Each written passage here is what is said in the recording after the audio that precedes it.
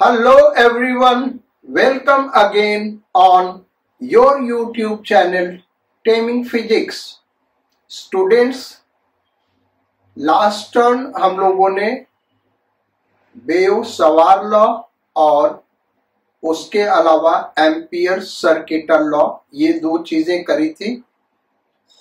उसके अलावा बेयो-सवार लॉ पे बेस्ड एक सिंपल डेरिवेशन किया था, magnetic field at the center of current carrying circular coil। आगे उसी को कंटिन्यू करते हैं हम लोग। आज बेयो-सवार लॉ के और भी एप्लीकेशंस सीखेंगे।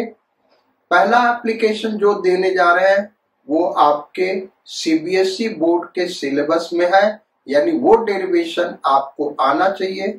उसके अलावा दो डेरिवेशन और करेंगे बेटा, वो सीबीएसई बोर्ड के सिलेबस में नहीं है, लेकिन जो स्टूडेंट्स इंजीनियरिंग के लिए प्रिपरेशन कर रहे हैं उनको डेरिवेशन आना चाहिए, क्योंकि डेरिवेशन से कठिन क्वेश्चन सॉल्व करना आसान होता है। मेडिकल के स्टूडेंट्स को वो डेरिवेशन तो नहीं आना चाहिए, लेकिन उसका रिजल्ट याद होना चाहिए, क्योंकि उस रिजल्ट पे बेस्ड नीट में क्वेश्चंस आते हैं। तो पहला डेरिवेशन करते हैं, मैग्नेटिक फील्ड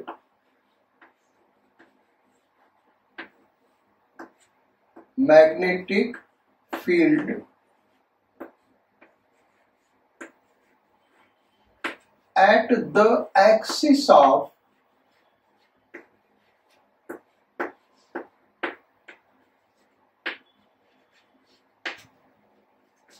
circular coil।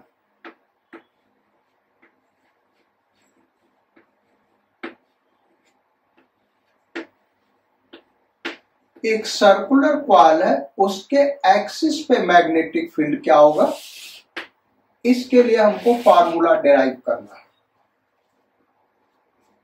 एक सर्कुलर कॉइल लेते हैं, कुछ इस तरीके से ये सर्कुलर कॉइल है।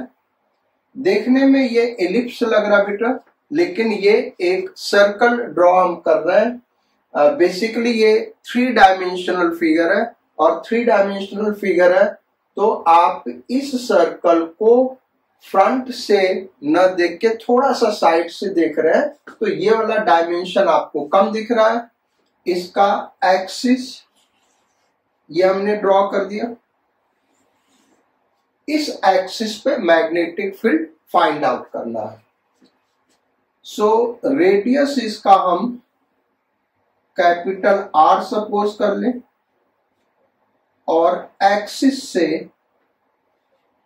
x डिस्टेंस पे कोई पॉइंट ले लें। यहां पे हमको मैग्नेटिक फील्ड फाइंड आउट करना है।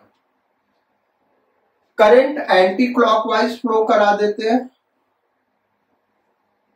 यानी हम जब यहां से देखेंगे, इस साइड से देखेंगे तो करंट एंटी क्लॉकवाइज फ्लो कर रहा है, यानी जो मैग्नेटिक फील्ड होगा ऐसे एंटी क्लॉकवाइज देखें तो ये करंट बाहर की ओर आ रहा है, इस तरीके से।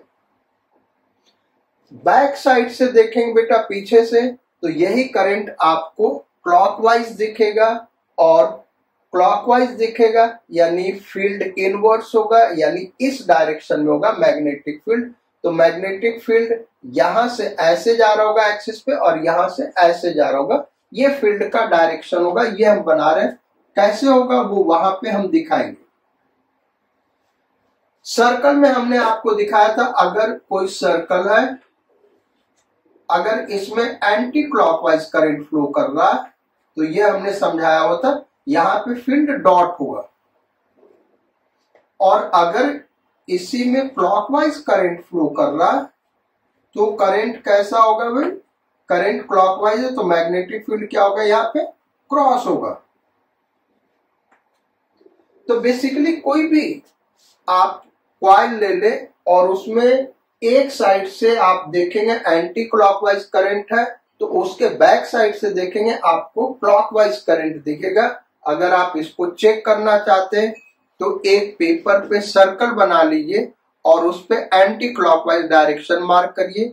पेपर को जब आप देखेंगे वो anti clockwise direction current flow कर रहा है, बैक साइड में जाएंगे तो वही क्या होगा, क्लॉकवाइज करंट होगा। यहाँ पे एंटी क्लॉकवाइज करंट है, यहां से मैग्नेटिक फील्ड बाहर निकल रहा है, और यही नॉर्थ पोल में भी होता है। कोई बार मैग्नेट आप ले ले, बार मैग्नेट के नॉर्थ पोल से मैग्नेटिक फील्ड क्या होता है भाई, बाहर निकलता है, और साउथ पोल में मैग्नेटिक फील्ड इंटर करता है। तो वही चीज यहां पे दिखा रहा है, यहां से फील्ड बाहर निकल रहा होगा, नॉर्थ पोल के तरीके बिहेव कर रहा है, और ये साउथ पोल के तरीके बिहेव कर रहा है, यहां से फील्ड इंटर कर रहा है, क्योंकि साउथ पोल में इंटर करता है, ये साउथ पोल है। तो यहां पे फ्रंट साइड से जब हम देख रहे हैं तो एंटी क्लॉकवाइज करंट है, यानी मैग्नेटिक फील्ड यहाँ पे बाहर निकल रहा है, तो इसके एक्सिस के ही अलोंग जा रहा होगा बाहर, तो यहाँ पे भी एक्सिस के अलोंग मैग्नेटिक फील्ड होगा, और बैक साइड देखेंगे तो वो साउथ पोल होगा, इंटर कर रहा है, यानी एक्सिस के अलोंग जा रहा है टुवर्ड्स सर्कल, तो यहाँ एक्सिस के अलोंग टुवर्ड्स कॉइल जा रहा होगा मैग्नेटिक फील्ड, ये मैग्नेटिक फील्ड का डायरेक्शन होगा। वैसे दूसरे तरीके से भी हम दिखाएंगे यहाँ पे मैग्नेटिक फील्ड का डायरेक्शन क्या होगा। तो ये सर्कुलर कॉइल इस तरीके से बेटा कि ये वाला जो पोर्शन है ये बोर्ड के बाहर है, ये जो पोर्शन हाफ हमने बनाया ये कैसे बोर्ड के बाहर ऐसे है, और इधर वाला पोर्शन क्या बोर्ड के अंदर है। तो यहाँ टॉप पे देखेंगे तो अगर करंट ऐसे फ्लो कर रहा है तो टॉप पे जो मैग्नेटिक फील्ड होगा, जो करंट होगा वो बाहर आ रहा होगा, और बॉटम पे इसी सर्कल के देखेंगे तो जो करंट होगा वो इंटर कर रहा होगा बोर्ड के अंदर। बात समझ रहे जो हम कहना चाहते हैं, ये जो सर्कल बेटा इसका आधा, ये जो पोर्शन हमने बनाया है 3 डायमेंशनल फिगर है, ये एक्सिस और ये सर्कल ले लेंगे तो ये पूरा क्या है 3 डायमेंशनल फिगर है। तो ये वाला जो पोर्शन है ये बोर्ड के बाहर ऐसे आ रहा है, और इधर वाला पोर्शन बोर्ड के उस तरफ है, और ये एक्सिस बोर्ड के प्लेन में लाई कर रहा है। तो एंटी क्लॉकवाइज करंट अगर फ्लो करा तो हाईएस्ट पॉइंट पे क्या होगा, करंट ऐसे आ रहा होगा, और लोएस्ट पॉइंट पे करंट इंटर कर रहा होगा। अब इस पॉइंट पे इस एलिमेंट के वजह से यहाँ पे अगर एक स्मॉल एलिमेंट डीएल लेंथ का ले लें तो इस एलिमेंट के वजह से यहाँ पे मैग्नेटिक फील्ड का डायरेक्शन क्या होगा, इसके लिए इस पॉइंट को हम मिला दें। अब इसको हमने मिला दिया तो हम क्या करेंगे, थंब को राइट हैंड लेंगे, थंब को करंट के डायरेक्शन में जो कि बाहर की ओर है, और पाम को उस पॉइंट के तरफ ड्रॉ करेंगे, तो पाम के ऊपर परपेंडिकुलर यानी इस लाइन के ऊपर जो परपेंडिकुलर होगा वही मैग्नेटिक फील्ड का डायरेक्शन होगा। सो ये मैग्नेटिक फील्ड का डायरेक्शन हो गया, इसको नाम हम दे दें dB डैश। ऐसे इस element diametrically opposite current element DL length का ले लें तो इसके वजह से यहाँ पे मैग्नेटिक फील्ड किधर होगा बेटा, सो यहाँ करंट इंटर कर रहा है, अंदर जा रहा है, तो थंब को इधर कर दे, और टुवर्ड्स पॉइंट ये हमने फिंगर कर दिया, तो पाम के ऊपर परपेंडिकुलर ड्रॉ करें, यानी इस लाइन के ऊपर परपेंडिकुलर ड्रॉ करेंगे तो मैग्नेटिक फील्ड इस डायरेक्शन में होगा। बाई सिमेट्री, चूंकि सेम करंट आई फ्लो कर रहा है और डीएल लेंथ का हमने करंट एलिमेंट यहां भी लिया यहां भी लिया, तो इसका मैग्नेटिक फील्ड का मैग्नीट्यूड डीबी डैश है, तो ये भी क्या होगा डीबी डैश। अब मैग्नेटिक फील्ड वेक्टर क्वांटिटी है, तो रिजल्टेंट मैग्नेटिक फील्ड निकालना होगा इस दोनों एलिमेंट की वजह से। बेसिकली हमको पूरे सर्कल के वजह से निकालना है, तो हम क्या कर रहे हैं, दो एलिमेंट के वजह से निकाल रहे हैं। आगे पूरे सर्कल का कैसे निकलेगा उसको हम डिस्कस करते हैं। तो इन दोनों का रिजल्टेंट निकालने के लिए हम इधर अंदर वाले एंगल को थीटा सपोज कर लें, तो ये वाला भी एंगल थीटा होगा, क्योंकि ये डिस्टेंस x और ये r और ये r, तो ये एंगल थीटा, ये एंगल थीटा।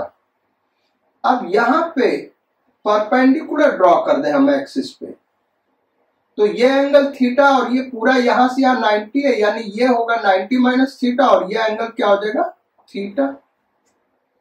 ऐसे ही ये वाला एंगल थीटा हो जाएगा। इस डीबी डैश को रिजॉल्व कर दे बेटा, तो इधर जो कंपोनेंट बना इसका, ये क्या बनेगा, डीबी डैश कॉस थीटा, और इधर कंपोनेंट हो जाएगा डीबी डैश साइन थीटा।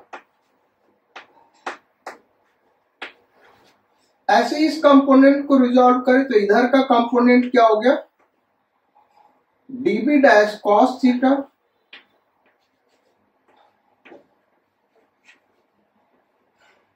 और इधर वाला कंपोनेंट क्या हो जाएगा, dB dash sine theta.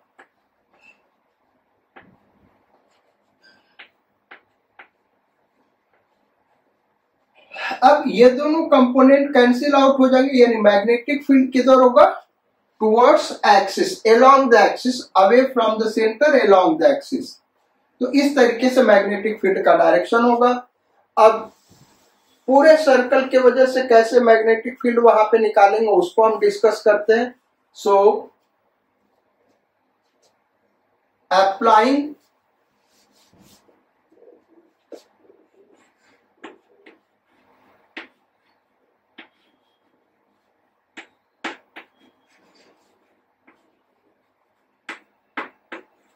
Bayes-Sawar law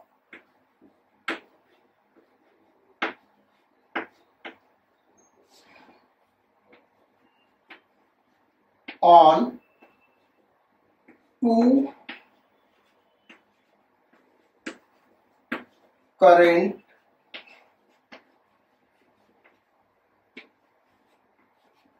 elements as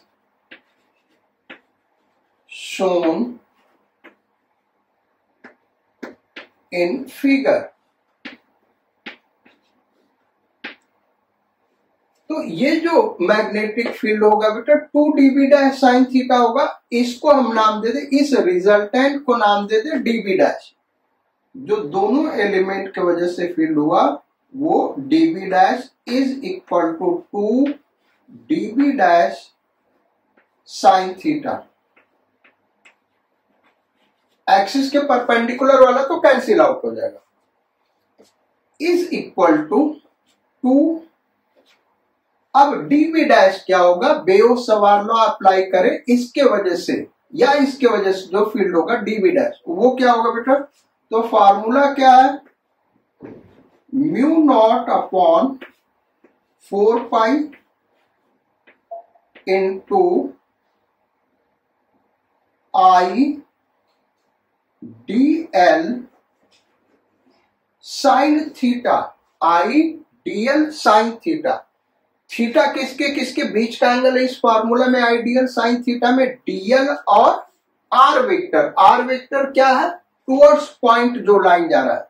तो जो dl वेक्टर है वो ऐसे है, बोर्ड के परपेंडिकुलर है ना, इस डायरेक्शन में है, और ये जो लाइन है वो बोर्ड के प्लेन में लाई कर रहा है। तो ये जो चौक का हमने डायरेक्शन दे रहे बोर्ड के परपेंडिकुलर और इस लाइन के बीच में एंगल क्या होगा, 90 डिग्री, क्योंकि चौक बोर्ड के परपेंडिकुलर है और ये लाइन क्या बोर्ड के प्लेन में लाई कर रहा है, तो दोनों के बीच का एंगल 90 डिग्री होगा। So sine 90 upon R square. R क्या है, डीएल एलिमेंट से पॉइंट का डिस्टेंस, तो डीएल एलिमेंट से पॉइंट का डिस्टेंस हम स्मॉल आर सपोज कर ले, ये डिस्टेंस स्मॉल आर सपोज कर ले, आर स्क्वायर, ये हो जाएगा। अब इसको फर्दर सॉल्व कर बेटा, तो ये हो गया म्यू नॉट अपॉन 2 पाई, ये 2 से 4 कट गया, 2 पाई, ये हो गया आई dl। अच्छा ये वाला साइन थीटा रह गया, ये तो साइन थीटा यहां होगा ना, sine theta. So I dl ये साइन 91 हो गया upon R square sine theta. ये याद रखना बेटा, ये जो साइन थीटा आया है वो यहां से साइन थीटा आया है, लेकिन इस फार्मूले में आइडियल साइन थीटा में जो थीटा है वो डीएल एलिमेंट और स्मॉल आर जो दिखाया उसके बीच का एंगल है, जो कि 90 डिग्री होगा। तो अब ये स्मॉल आर क्या होगा? स्मॉल आर हो गया under root capital R square plus X square.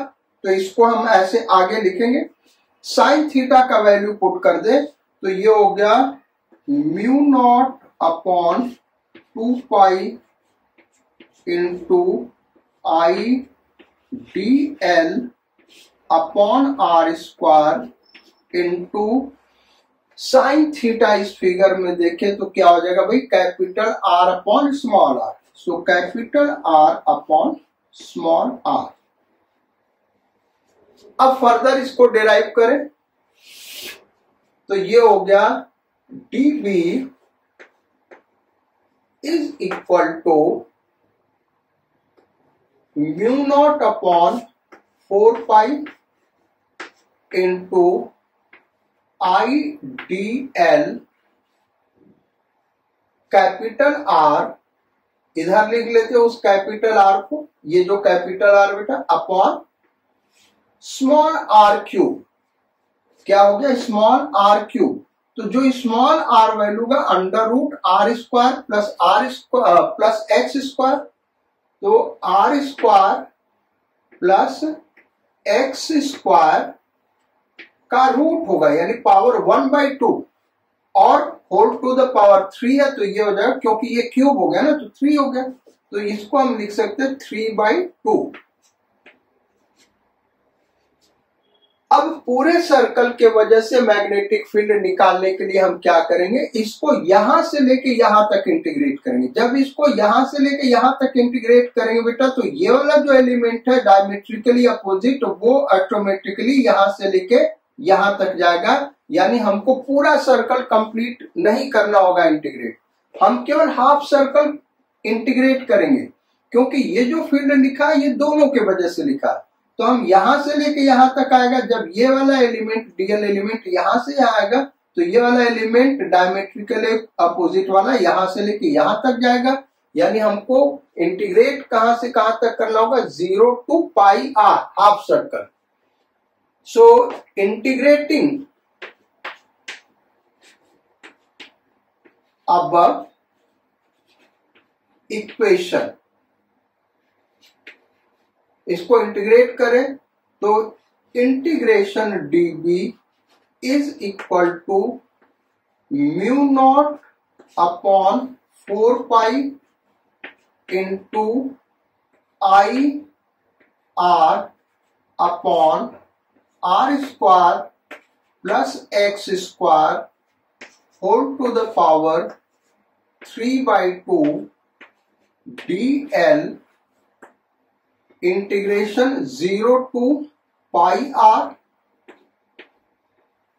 Integration 0 to b। तो ये इंटीग्रेशन हो गया b। अब यहां पे देखो, जब डीएल एलिमेंट इस सर्कल के ऊपर चल रहा होगा बेटा, यहां से लेके यहां तक, तो ये सारे वैल्यू कांस्टेंट होंगे। भाई ये तो कांस्टेंट है, ये current constant, capital R radius, वो हर जगह कांस्टेंट होगा। और एक्स क्या है? सेंटर से इस पॉइंट का डिस्टेंस। तो ये डीएल एलिमेंट कहीं पे भी हो सर्कल के ऊपर, वो एक्स क्या रहेगा? कांस्टेंट रहेगा। तो ये सारा का सारा वैल्यू बाहर आ जाएगा, mu not upon 4 pi into I R upon R square plus X square whole to the power 3/2 integration dl 0 to pi R. So is equal to mu not upon 4 pi into I R upon R square plus X square whole to the power 3/2 into ये हो गया पाई are. पाई से pi cancel out हो गया, ये 2 times भी था बेटा, ये 4 पाई कहां से गया, 2 पाई होगा ना, तो यहाँ पे 2 होगा, यहाँ पे ये 2 है, सो 2 पाई, यहाँ पे 2 पाई, यहाँ पे 2 पाई, यहाँ पे 2 पाई, ये पाई से पाई कैंसिल आउट होगा।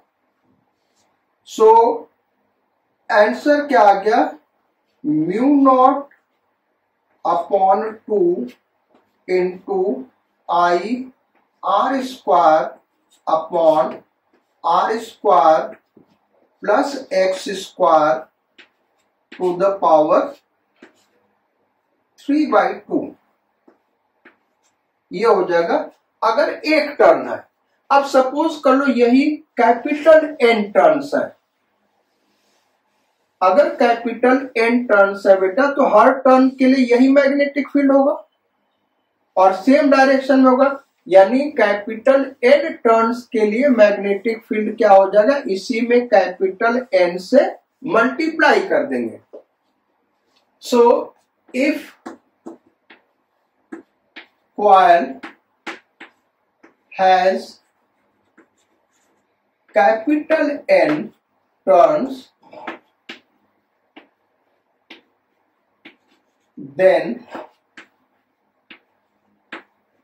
अब ये B का फार्मूला लिख रहे बेटा, B इज इक्वल टू, यहां देखिए म्यू नॉट एन आई हो जाएगा ना, mu naught N I R square, mu naught N I R square upon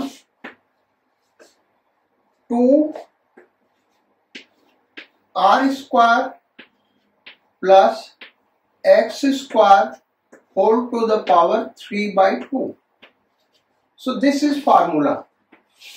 कोई क्वेश्चन सॉल्व कर रहे हो, अगर नंबर ऑफ टर्न नहीं दिया तो कैपिटल एन को हम क्या ले लेंगे, 1 ले लेंगे, वहां पे कैपिटल एन 1 हो जाएगा बेटा। ये याद रखना, हमने सर्कल के सेंटर पे भी फार्मूला डिराइव किया था, वहां पे भी कैपिटल एन आया था, वहां कैपिटल एन क्या था बेटा, पॉजिटिव रियल नंबर, यानी वो डेसिमल में फ्रैक्शन में हो सकता है, लेकिन यहाँ पे कैपिटल एन होल नंबर है, यानी ये फार्मूला तभी एप्लीकेबल होगा जब 1 टर्न 2 टर्न 3 टर्न इस तरीके से हो। फ्रैक्शनल टर्न के लिए ये फार्मूला एप्लीकेबल नहीं होगा। So where N is whole number, ये ध्यान रखना, क्या भाई, एन इज होल नंबर,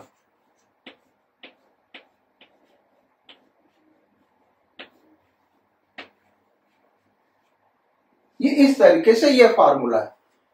तो एक्सिस पे ये मैग्नेटिक फील्ड होगा।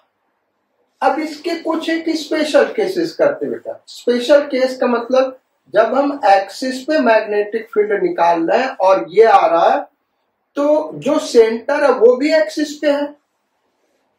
सेंटर कहां पे है भाई, एक्सिस पे है, और एक्सिस पे है तो सेंटर के लिए जो हमने फार्मूला पिछला डेरिवेशन किया था, mu naught N I upon 2r, वो यहां से डिराइव होना चाहिए, क्योंकि सर्कल के सेंटर पे मैग्नेटिक फील्ड क्या होता है बेटा, लास्ट टर्म हमने डिराइव किया था mu naught N I upon 2r, तो वो यहां से भी डिराइव किया जा सकता है। So special cases, first, if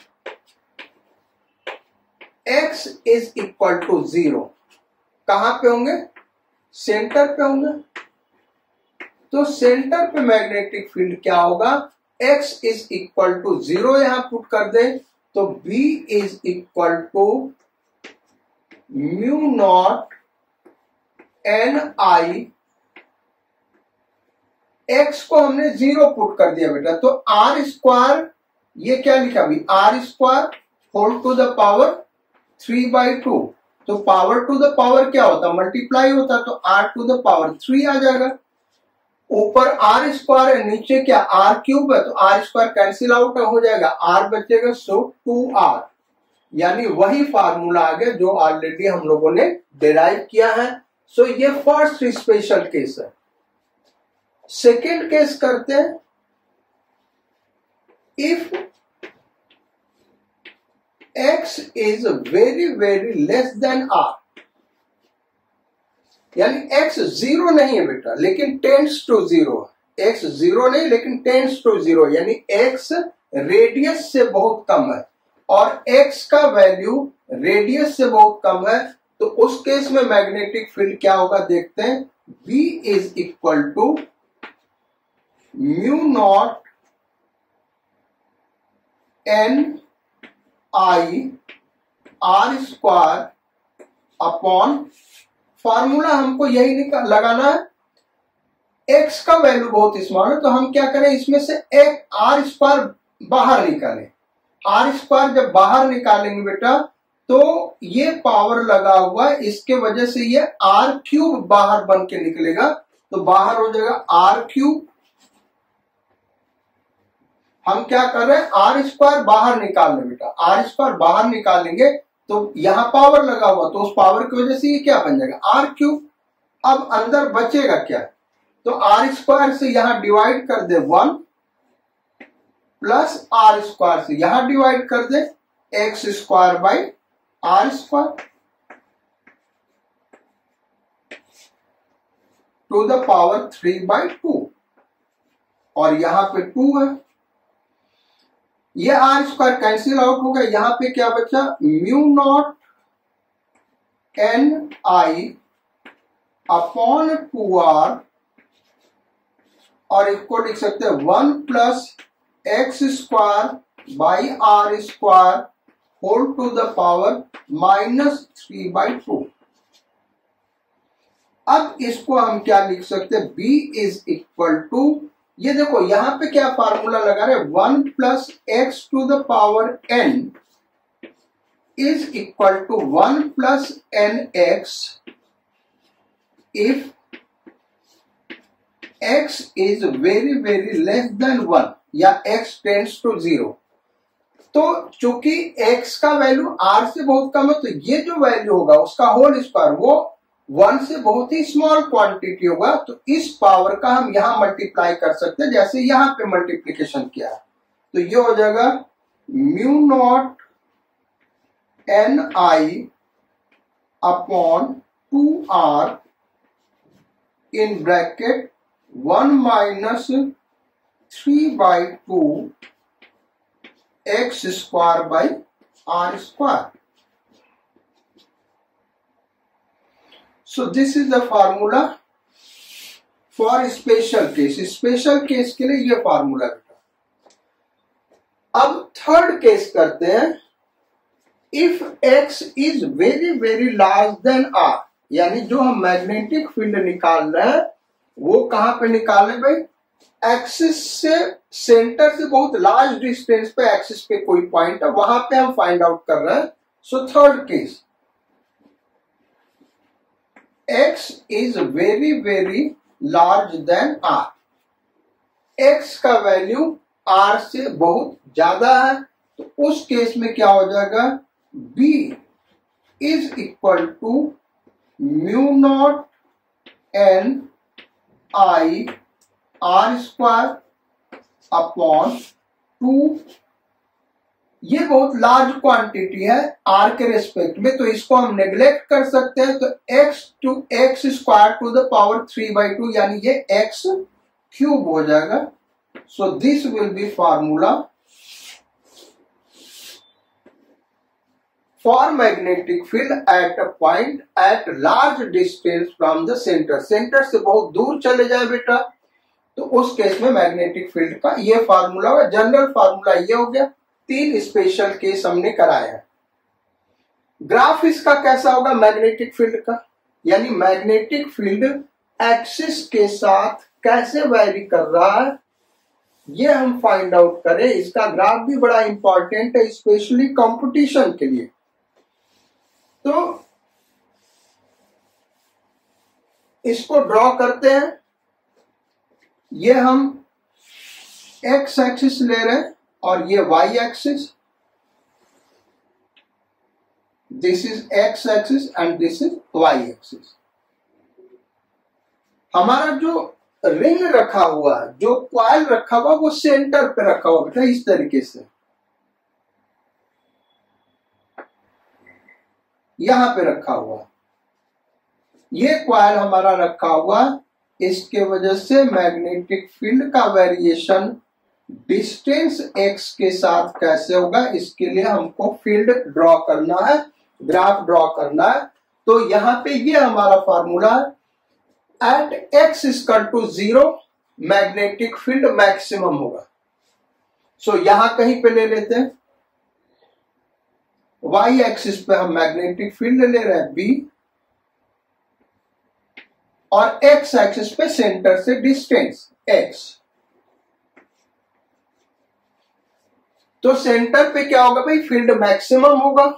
जैसे जैसे हम दूर जाएंगे x का वैल्यू बढ़ेगा, और x का वैल्यू बढ़ेगा तो मैग्नेटिक फील्ड क्या होगा, डिक्रीज करेगा। शुरू में बहुत स्लो डिक्रीज होगा बेटा, शुरू में हम देखें तो बहुत ही स्लो डिक्रीज होगा। अगर x नेग्लिजिबल है तो करीब करीब वही मैग्नेटिक फील्ड रहेगा। जैसे जैसे x बढ़ेगा स्लो डिक्रीज होगा, लेकिन जब लार्ज डिस्टेंस पे चले जाएंगे तो बहुत ही तेजी से डिक्रीज होगा। यानी ये जो मैग्नेटिक फील्ड का ग्राफ होगा वो करीब इस तरीके से आता बेटा, और इंफिनिटी पे वो मैग्नेटिक फील्ड 0 होगा। दोनों तरफ ग्राफ सिमेट्रिकल होगा।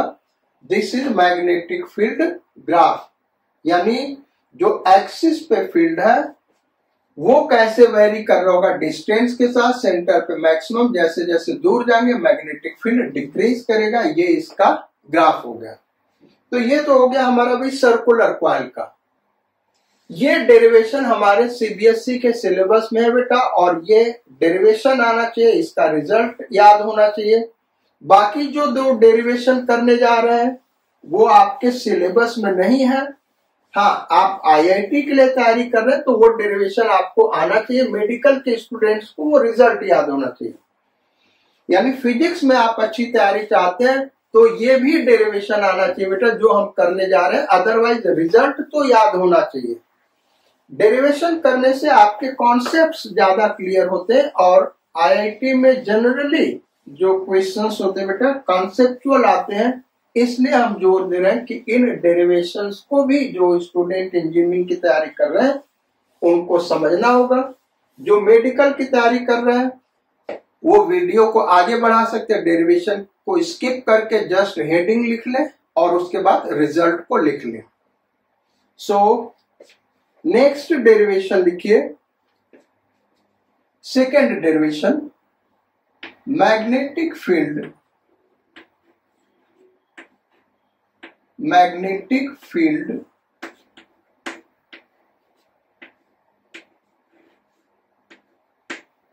inside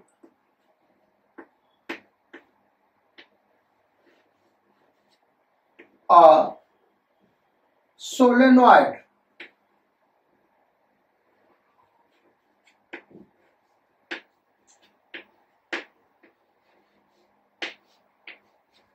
सोलेनॉइड के अंदर मैग्नेटिक फील्ड क्या होता है, इसके लिए हमको फार्मूला डिराइव करना है। ये जो सोलेनॉइड ले रहे बेटा ये फाइनाइट लेंथ का ले रहा है, इनफाइनाइट लेंथ या लॉन्ग सोलेनॉइड। यहां देखो हमने लॉन्ग सोलेनॉइड नहीं लिखा बेटा। लॉन्ग सोलेनॉइड का मतलब अंडरस्टूड है इनफाइनाइट लेंथ का सोलेनॉइड। अगर फाइनाइट लेंथ का सोलेनॉइड है यानी एक सोलेनॉइड का मतलब स्प्रिंग होता है। भाई आपने स्प्रिंग देखा होगा, शॉकर देखा होगा, या मोटरसाइकिल में स्प्रिंग देखा होगा, इस टाइप का, इस शेप का, तो इसको हम सोलेनॉइड कहते हैं। अब इस सोलेनॉइड में करंट फ्लो कर रहा है ऐसे, तो इसके अंदर कोई पॉइंट ले लें इसके एक्सिस पे, उस पॉइंट पे मैग्नेटिक फील्ड क्या होगा, इसी के लिए फार्मूला डिराइव करना है। मेडिकल के स्टूडेंट्स को वो रिजल्ट याद होना चाहिए। तो ये सोलेनॉइड बेटा वही हेडिंग हमने लिखा। अब इसमें मैग्नेटिक फील्ड का डायरेक्शन क्या होगा पहले ये डिस्कस कर लें, और उसके बाद हम डेरिवेशन पे आएंगे। पहले तो हम डायरेक्शन की बात करते हैं। तो एक सोलेनॉइड हम बना रहे, थोड़ा सा बड़ा फिगर बना रहे ताकि आप आसानी से समझ सकें। कुछ ही टर्न का बनाएंगे यानी नंबर ऑफ टर्न्स कम रखेंगे। सपोज करो ये ऐसे है सोलेनॉइड,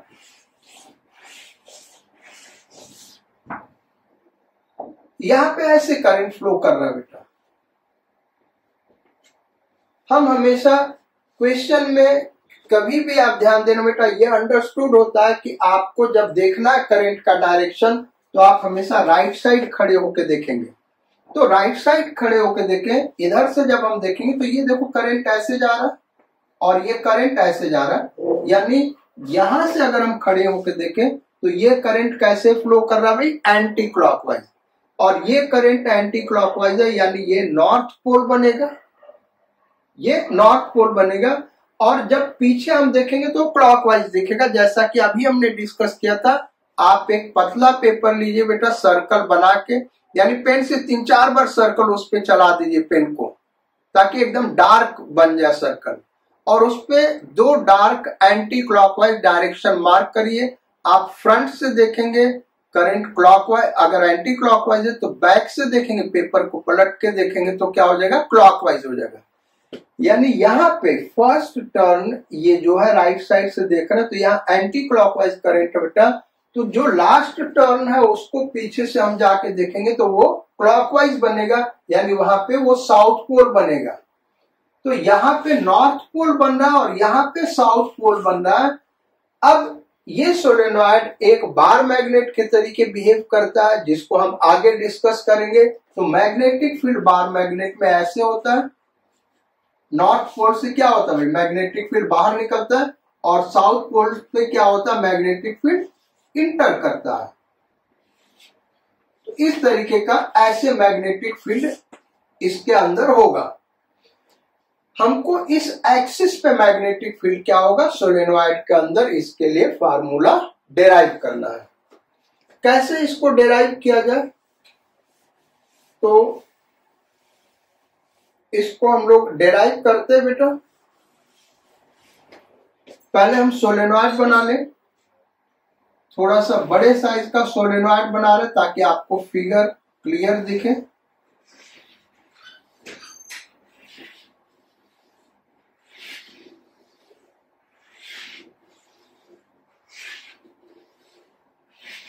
ऐसे सोलेनॉइड है, यहाँ करंट ऐसे फ्लो कर रहा है और यहाँ पे करंट ऐसे डाउनवर्ड्स आ रहा है।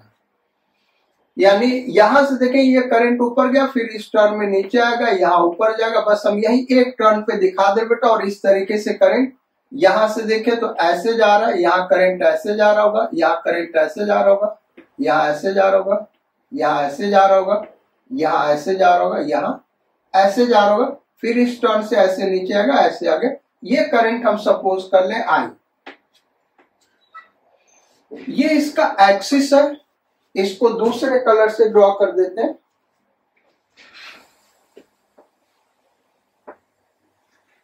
ये सोलेनॉइड का एक्सिस हो गया। सपोज कर लो हमको इस पॉइंट पे मैग्नेटिक फील्ड किसी भी पॉइंट पे निकालना, वो पॉइंट हम सपोज कर लेते हैं यहां पे। मान लो इस पॉइंट पे हमको मैग्नेटिक फील्ड फाइंड आउट करना है। सोलेनॉइड का रेडियस कैपिटल आर मान ले। अब हम क्या करें बेटा, यहां से इस एंड को ज्वाइन कर दो ऐसे, इस वाले एंड को, और यहां से ये वाला एंड हमने ज्वाइन कर दिया।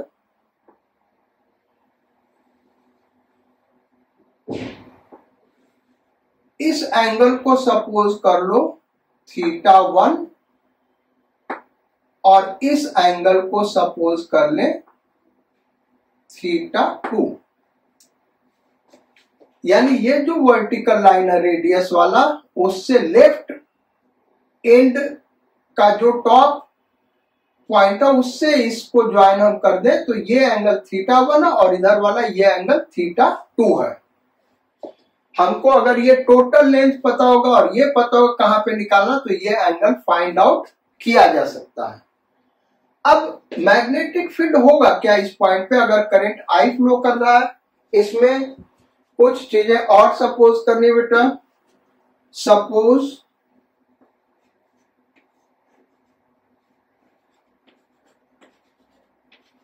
number of turns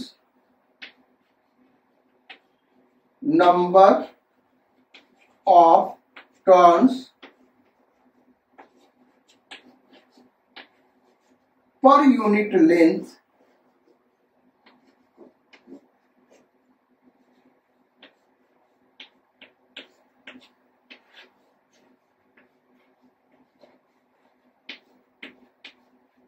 is small n, यानी ये जो सोलेनॉइड है इसके यूनिट लेंथ वो 1 सेंटीमीटर ले सकते हैं, यूनिट लेंथ 1 मीटर ले सकते हैं, यूनिट लेंथ 1 mm ले सकते हैं। तो हम स्टैंडर्ड यूनिट MKS यूनिट ले रहे हैं 1 मीटर।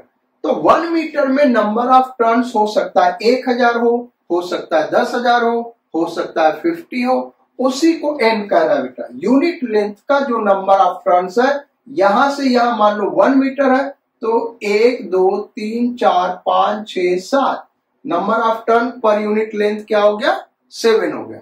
उसी को हमने एज्यूम किया, suppose the number of turns per unit length is small n। अब हम फाइंड आउट कैसे करें मैग्नेटिक फील्ड को।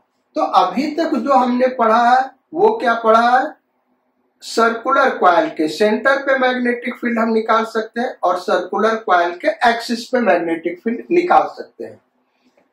तो यहां पे देखें तो ये सब एक सर्कुलर कॉइल है, ये सारे के सारे क्या सर्कुलर कॉइल है। अब ये सर्कुलर कॉइल है तो इस सर्कुलर कॉइल के एक्सिस पे ये पॉइंट है, इस सर्कुलर कॉइल के एक्सिस पे ये पॉइंट है, इस सर्कुलर कॉइल के एक्सिस पे ये पॉइंट है, इस सर्कुलर कॉइल के एक्सिस पे ये पॉइंट है।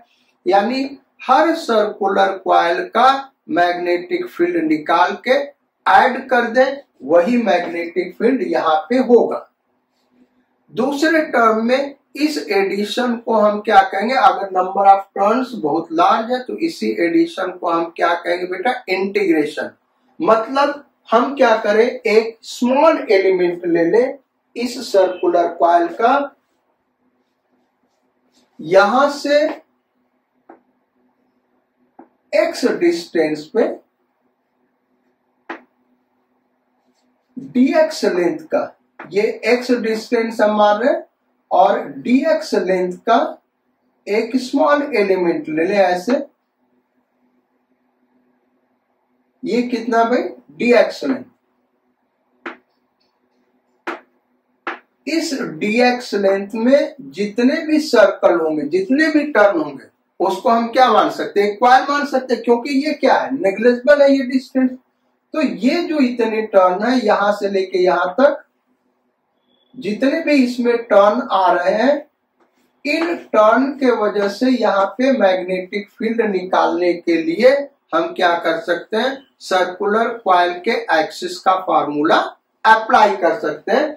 क्योंकि ये dx नेग्लिजिबल है और dx नेग्लिजिबल है तो इसको हम एक सर्कुलर कॉइल सपोज कर सकते हैं। सो राइट डाउन मैग्नेटिक फील्ड, इसको पॉइंट P नाम दे दे बेटा। Magnetic field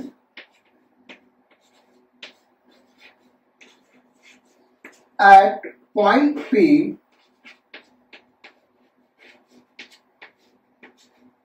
due to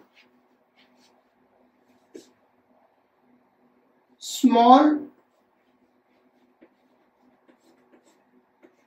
element of solenoid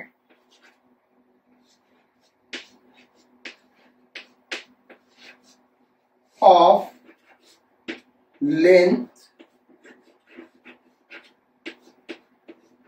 dx। अब यहां पे हम लिखते हैं, उसको हम db सपोज कर लें, तो db इज इक्वल टू, इस एलिमेंट के वजह से यहां पे मैग्नेटिक फील्ड क्या होगा ये हमको लिखना है। तो इसके लिए हम क्या करते बेटा, एक कंस्ट्रक्शन यहां पे कर रहे हैं और कंस्ट्रक्शन यह है कि यहां से लेके इसको ऐसे ज्वाइन कर दे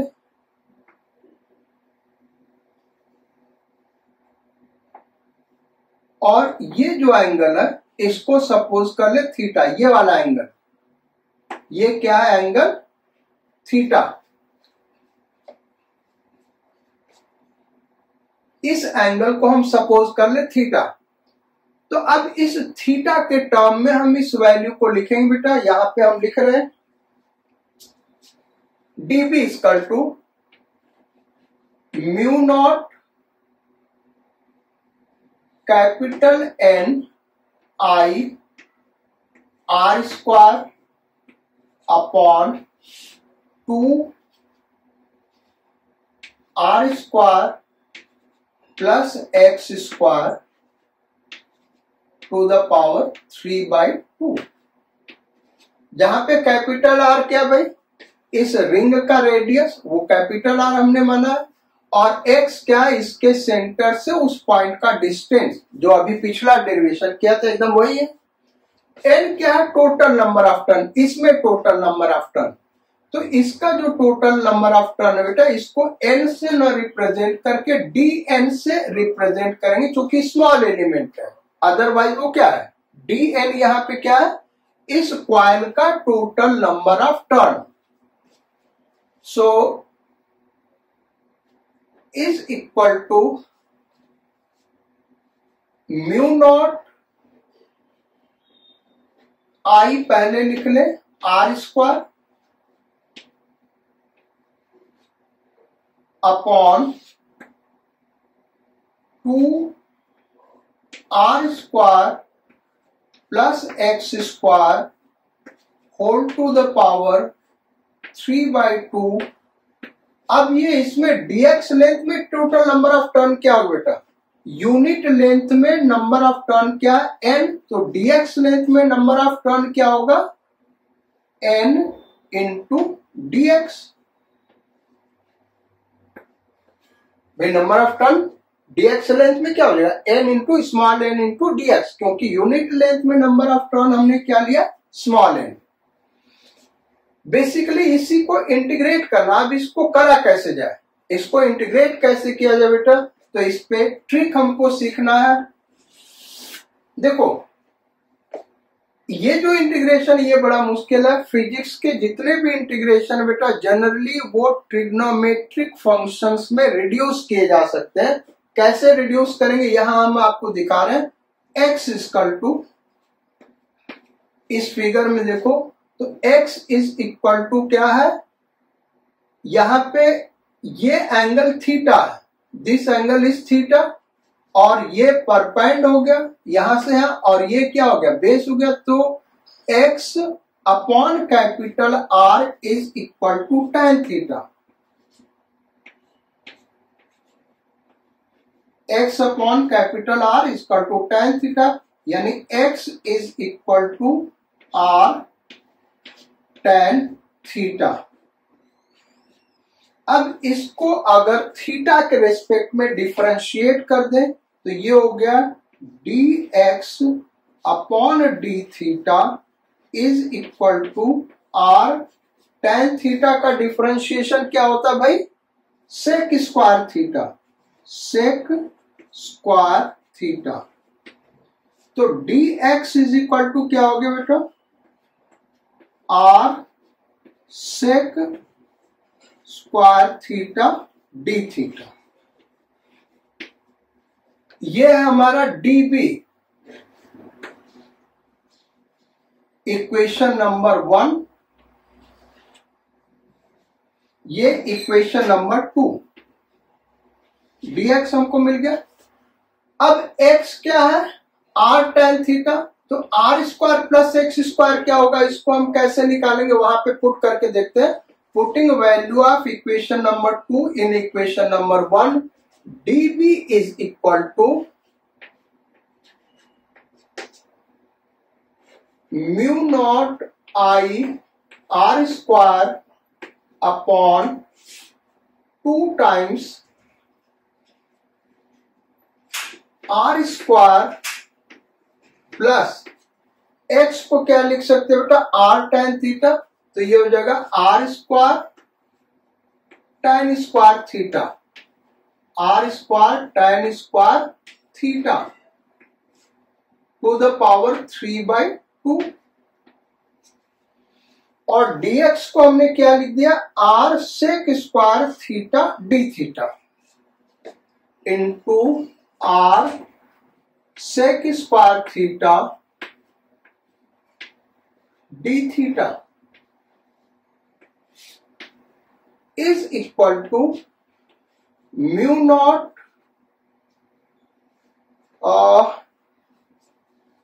यहां पे एन भी आया था बेटा, ये स्मॉल एन रह गया, यहाँ पे एक स्मॉल एन भी आ गया ना, एन डीएक्स, डीएक्स को ये हमने रखा तो यहाँ पे स्मॉल एन भी आ गया, इसको हम इधर लिख दे रहे स्मॉल एन, ये वाला स्मॉल एन यहाँ पे।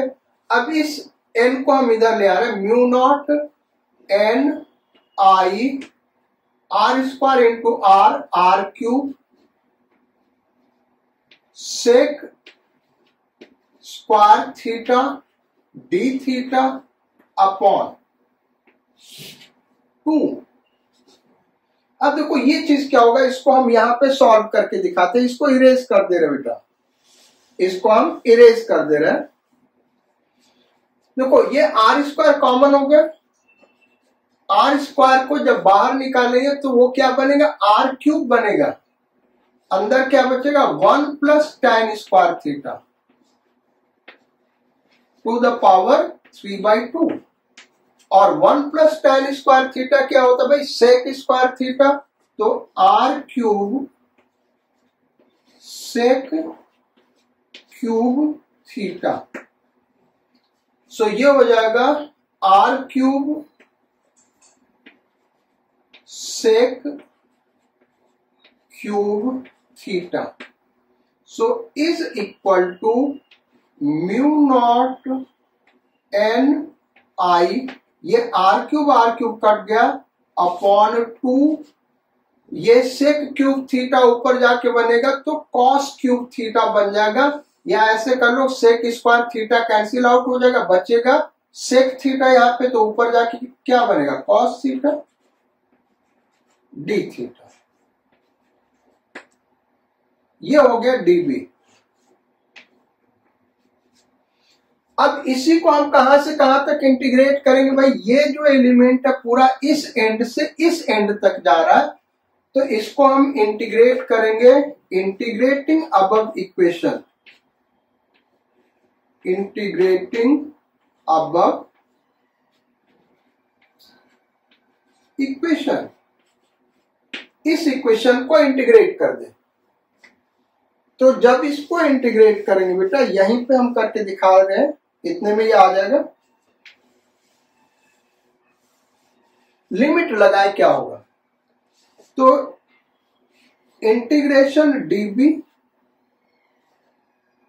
इज इक्वल टू ये mu naught N I upon 2 cos theta D theta.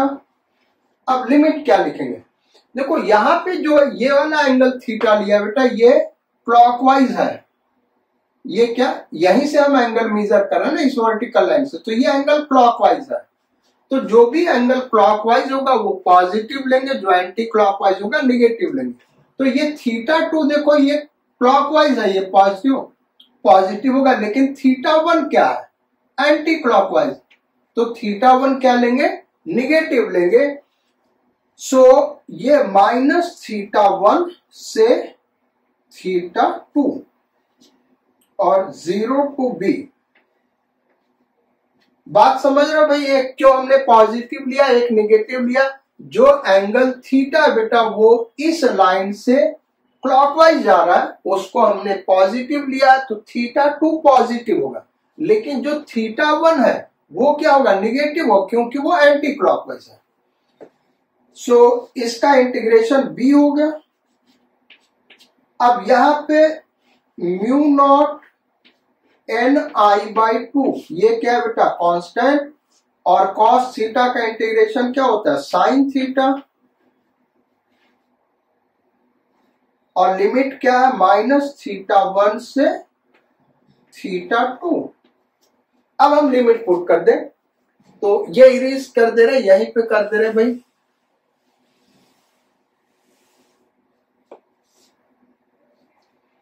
तो लिमिट पुट करे बेटा, तो ये आ गया b is equal to mu naught N I by 2, पहले अपर लिमिट रखेंगे तो sine theta 2, then minus lower limit रखेंगे तो ये है साइन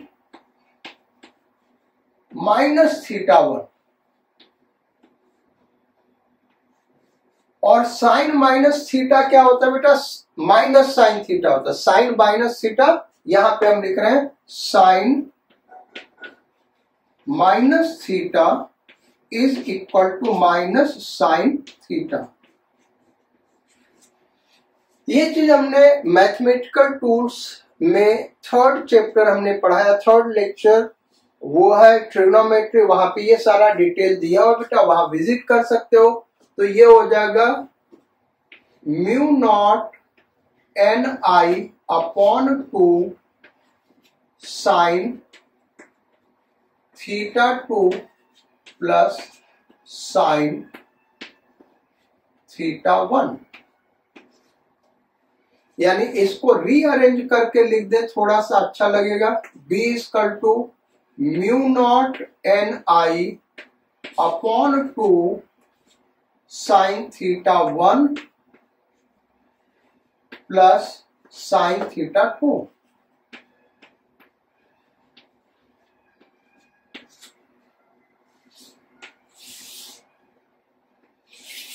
ये हो गया भाई फार्मूला। अब थीटा 1 और थीटा 2 क्या, वो फिगर आपको याद होना चाहिए बेटा, वहीं से आपको समझ में आएगा। सीबीएसई के सिलेबस में एक डेरिवेशन है, इसी का स्पेशल केस बेटा, तो वो अलग से हम डिराइव करेंगे, लेकिन रिजल्ट क्या आएगा वो हम यहीं पे दिखा दे रहे हैं कि वो रिजल्ट क्या आएगा।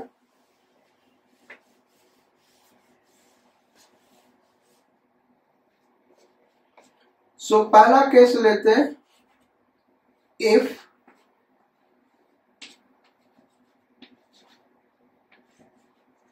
solenoid is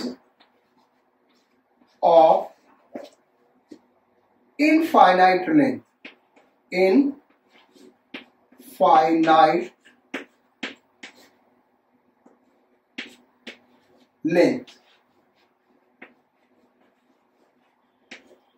इनफाइनाइट लेंथ का सोलेनॉइड है, यानी लॉन्ग सोलेनॉइड। अगर एग्जाम में ऐसा करा बेटा कहीं क्वेश्चन में लॉन्ग सोलेनॉइड यानी सोलेनॉइड का इनफाइनाइट लेंथ का, तो अगर इनफाइनाइट लेंथ का सोलेनॉइड है तो ये थीटा 1 और थीटा 2 दोनों क्या हो जाएगा भाई, 90 डिग्री। थीटा 1 और थीटा 2 क्या हो जाएगा, 90 डिग्री हो जाएगा। तो साइन 90 प्लस साइन 90, साइन 90 क्या हो गया 1, और ये साइन 90 क्या हो गया 1, तो ये 2 हो जाएगा।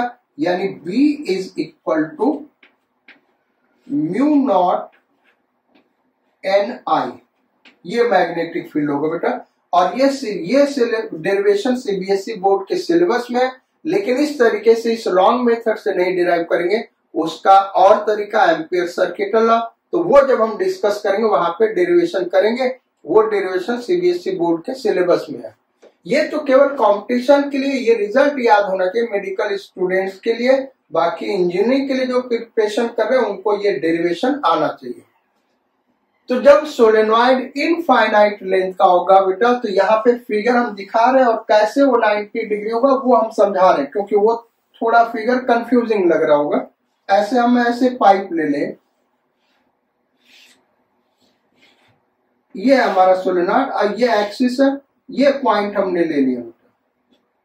तो इस लाइन से ये वाला एंगल और ये वाला एंगल, यही तो है ना भाई theta 1 theta 2।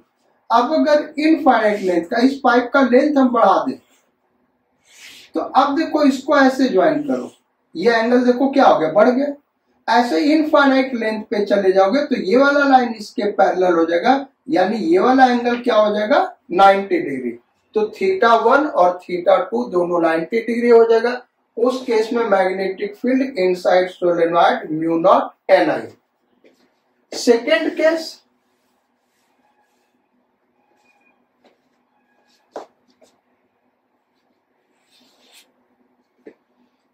Magnetic field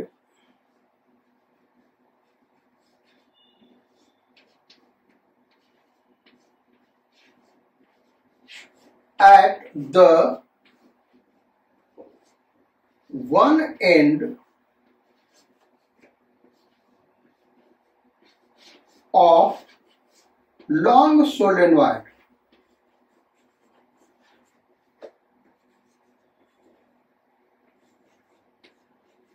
long solenoid मतलब इनफाइनाइट लेंथ का सोलेनॉइड।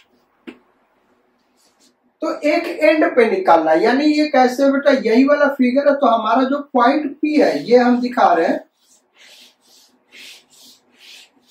ये पॉइंट पी यहां पे है। तो पॉइंट पी यहां पे है तो θ1 क्या हो जाएगा, 0 हो जाएगा। भाई ये वाला अगर पॉइंट यहां पे हो गया, ये एंड, ये हमने ये ऐसे कर दिया। अब देखो ये एंगल θ1 क्या हो गया, डिक्रीज कर गया। इसको और कम कर देंगे तो θ1 और डिक्रीज कर जाएगा। लेकिन अगर ये इसी एंड पे ही पॉइंट पी आ गया तब θ1 क्या हो जाएगा, ये ऐसे चला जाएगा। तो θ1 क्या हो जाएगा बेटा, 0 हो जाएगा। तो θ1 0 हो जाएगा। लेकिन लॉन्ग सोलेनॉइड है तो जो θ2 होगा बेटा, इस लाइन से ये जो इंफिनिटी की तरफ जा रहा होगा ऐसे मिलाएंगे तो ये चीज, ये एंगल क्या हो जाएगा, 90 डिग्री हो जाएगा। यानी यहाँ पे θ1 0 और θ2 90। तो θ1 0 यानी साइन 0 0 हो गया और साइन 90 1 हो गया। यानी मैग्नेटिक फील्ड हो गया B is equal to mu naught NI upon 2। तो जो एंड पे मैग्नेटिक फील्ड होगा वो इस मैग्नेटिक फील्ड का, लॉन्ग सोलेनॉइड के लिए जो एंड पे मैग्नेटिक फील्ड होगा सोलेनॉइड के बेटा, वो अंदर के मैग्नेटिक फील्ड का हाफ होगा। अब इस ग्राफ को हम ड्रॉ करते हैं।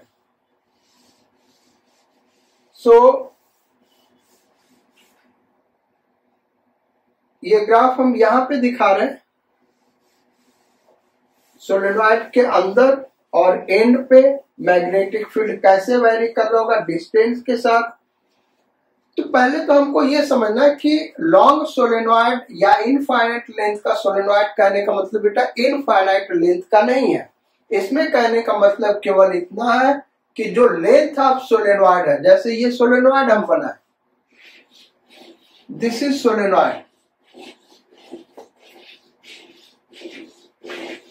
इसका लेंथ हम L सपोज कर लें और रेडियस कैपिटल R सपोज कर ले। तो लॉन्ग सोलेनॉइड का मतलब क्या हुआ, RL is very very large than R। जो लेंथ है वो R से बहुत लार्ज है। तो ऐसे सोलेनॉइड को हम क्या कहेंगे, लॉन्ग सोलेनॉइड या सोलेनॉइड ऑफ इनफाइनाइट लेंथ। ऐसा हम क्यों कहते हैं, रीजन ये बेटा कि जब ये चीज लार्ज होगा तो उस केस में हम मान लो यहां पे पॉइंट ले लें और ऐसे इसको कनेक्ट कर दें, ऐसे ये कनेक्ट कर दें, तो ये 90 डिग्री तो नहीं बन रहा है, लेकिन ये 89 डिग्री के कम बहुत नजदीक है। अब साइन 91 होता है, साइन 89 देखोगे तो 0.99 के करीब होगा या उससे भी क्लोज होगा। तो इस तरीके से हम इसको लॉन्ग सोलेनॉइड सपोज कर सकते हैं।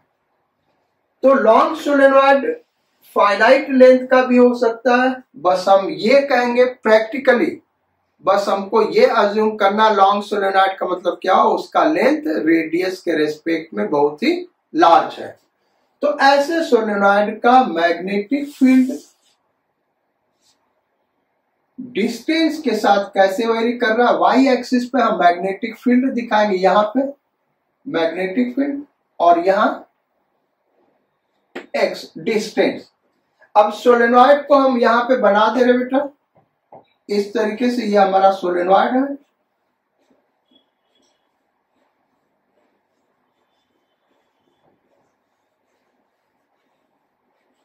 जैसा आप फिगर में देख रहे हैं, जैसा हमने फिगर बनाया उसके अकॉर्डिंग हम कह सकते हैं दिस इज लॉन्ग सोलेनॉइड, क्योंकि इसका लेंथ इसके रेडियस के रेस्पेक्ट में लार्ज है।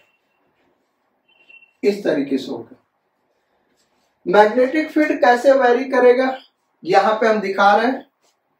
ये जो पॉइंट है यहां पे जो मैग्नेटिक फील्ड होगा वो होगा म्यू नॉट NI और जो एंड होगा बेटा, ये एंड हो गया, यहाँ पे म्यू नॉट एन आई का हाफ हो जाएगा, इसके बराबर हो जाएगा, यहाँ पे ऐसे दिखा दे रहा, ये हो गया एंड पे मैग्नेटिक फील्ड ये होगा। अब एंड के बाहर निकले तो मैग्नेटिक फील्ड फर्दर डिक्रीज करेगा। राइट साइड में जगह नहीं है, नहीं तो हम उधर भी दिखा देते, लेफ्ट साइड में दिखा रहे बेटा, वही सिमेट्रिकल फिगर उधर भी बनेगा। हाँ, इसके लिए फार्मूला हमने डिराइव नहीं किया है, लेकिन आगे कहीं ना कहीं ये भी फार्मूला आएगा बेटा, तब हम उसको दिखाएंगे। यहाँ पे हम ग्राफ ड्रॉ कर दे रहे हैं, तो यहाँ पे म्यू नॉट एन आई होगा और यहाँ पे एंड्स पे क्या होगा, mu naught N I by 2। ये पॉइंट हमने दिखाया, ये वाला point, mu naught N I by 2। इस रीजन में अगर हम दिखाए बेटा तो मैग्नेटिक फील्ड कुछ इस तरीके से वेरी करेगा, इस रीजन में करीब करीब कांस्टेंट होगा, और फिर यहाँ एंड्स पे आओगे तो डिक्रीज करके हाफ हो जाएगा, और ये फर्दर डिक्रीज करता जाएगा, इंफिनिटी पे 0 हो जाएगा। ऐसे ही इस रीजन में सिमेट्रिकली हम ग्राफ ड्रॉ कर सकते हैं, ये ऐसे कांस्टेंट रहेगा, एंड्स के नजदीक डिक्रीज करेगा, डिक्रीज करते करते यहाँ पे हाफ हो जाएगा, और फिर फर्दर हम बढ़ेंगे तो ये फर्दर डिक्रीज करता जाएगा, इस तरीके से डिक्रीज करता जाएगा। इंफिनिटी पे जाके थियोरेटिकली वो 0 हो जाएगा, प्रैक्टिकली सर्टेन डिस्टेंस पे जाके 0 हो जाएगा, फाइनाइट डिस्टेंस पे वो नेग्लिजिबल हो जाएगा, उसी को हम 0 कहेंगे। तो इस तरीके से मैग्नेटिक फील्ड वेरी कर रहा होगा। एंड्स पे जो मैग्नेटिक फील्ड होगा बेटा, वो सेंट्रल रीजन के मैग्नेटिक फील्ड का हाफ होगा। इस रीजन में अंदर मैग्नेटिक फील्ड कांस्टेंट रहेगा अगर इनफाइनाइट लेंथ का है। प्रैक्टिकली आप यहां से 5r डिस्टेंस पे चले जाएंगे तो करीब करीब वही मैग्नेटिक फील्ड मिल जाएगा। ये जो डिस्टेंस है बेटा 5r, r जहां पे रेडियस है, करीब करीब 99% मैग्नेटिक फील्ड पूरा म्यू नॉट एन आई के बराबर हो जाएगा। ये